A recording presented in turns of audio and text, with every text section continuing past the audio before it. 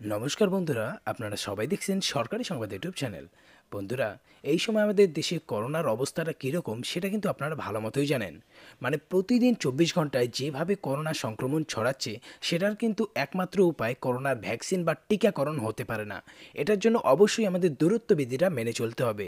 আর এটার একমাত্র উপায় হচ্ছে লকডাউন। তার কারণ যদি লকডাউন না করা হয়, শুধুমাত্র করোনার ভ্যাকসিন দিয়ে কিন্তু করোনা সংক্রমণটাকে থামানো যাবে না। আর এই কথাটা কিন্তু এবার কেন্দ্র সরকারও মেনে নিয়েছে যে করোনার ভ্যাকসিন দিয়ে আমরা করোনাকে থামাতে পারবো না।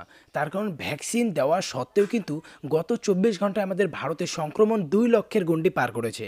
আর আমাদের রাজ্যের মধ্যে মানে পশ্চিমবঙ্গেও কিন্তু 5,812 জনের শরীরে নতুন করে সংক্রমণ দেখা যায়। তো এটাতে পরিষ্কার বোঝা যাচ্ছে ভ্যাকসিন দিয়ে কোনো কাজ হবে না, অবশ্যই আমাদের লকডাউনের পথে হাঁটতে হবে।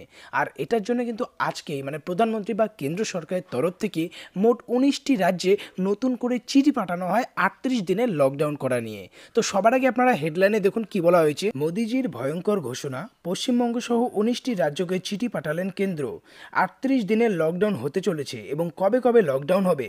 তো বন্ধুরা, আসুন এবার দেখে নেওয়া যাক কবে কবে লকডাউন বা কত তারিখ থেকে আমাদের লকডাউনের পথে হাঁটতে হবে।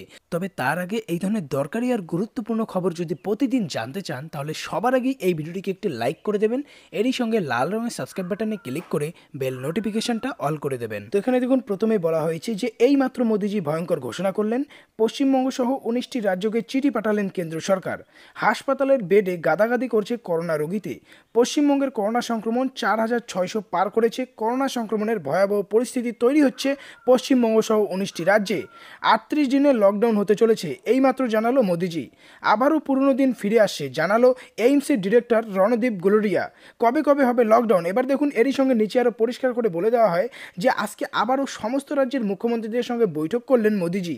পশ্চিমবঙ্গ সহ বিভিন্ন রাজ্যে করোনা পরিস্থিতি বেলাগাম হয়ে যাওয়ায় 38 দিনের লকডাউন ডাকা হবে।